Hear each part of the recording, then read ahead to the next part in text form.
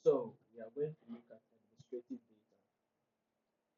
So to look at administrative data, we go to the left-hand side of the main menu, and then we click on services and charges, which will be the first thing that we learn if we want to use the hospital management model.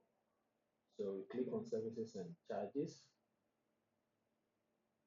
and then if there are existing services, you see them in the list. If there's none, then you click on the right hand side of the screen, you see new service, you click on new service,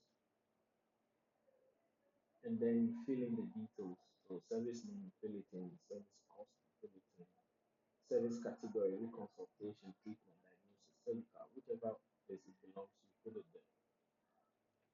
Then if the person is on private insurance, the amount you charge, you put it there. If there's nothing there, you can leave it at zero. Then NHIS, the amount you are charging for NHIS, you put it in there. You have regular companies who come to hospital at your place. You can put the charge that you give to companies as for. Then you make a small description of the service that you entered at the top.